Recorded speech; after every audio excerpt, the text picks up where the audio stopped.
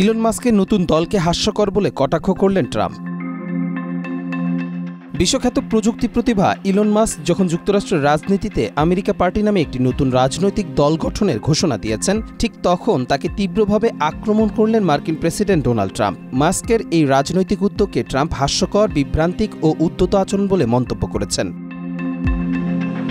৬ July air force ওয়ানে ওঠার আগে সাংবাদিকদের প্রশ্নের জবাবে ট্রাম্প বলেন, আমেরিকার রাজনৈতিক কাঠামো মূলত দুই দল কেন্দ্রিক, তৃতীয় কোনো দল আনার প্রচেষ্টা কেবলমাত্র রাজনৈতিক বিভ্রান্তি সৃষ্টি করবে।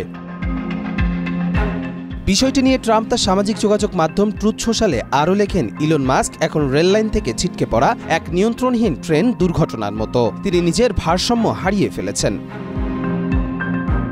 একসময় ট্রাম্প প্রশাসনের ঘনিষ্ঠ মিত্র ছিলেন মাস্ক। তাকে সরকারি ব্যয় দক্ষতা বিভাগের প্রধানও করেছিলেন ট্রাম্প। কিন্তু সাম্প্রতিক সময়ে মাস্ক প্রশাসনের বাজেট ও নীতিমালা সমালোচনায় মুখর হন, যার ফলে সম্পর্কে টানাপোড়েন শুরু হয়। ট্রাম্প মাস্কের ইলেকট্রিক গাড়ি বাধ্যতামূলক পরিকল্পনাকেও অবাস্তব ও মানুষের স্বাধীনতায় হস্তক্ষেপ বলে নিন্দা করেন। মূলত ইলন মাস্কের আমেরিকা পার্টি গঠনের ঘোষণা রাজনৈতিক অঙ্গনে আলোচনার ঝড় তুলেছে, যেখানে তিনি রিপাবলিকান ও ডেমোক্র্যাটদের বাইরে একটি বিকল্প শক্তি গড়ে তুলতে চান।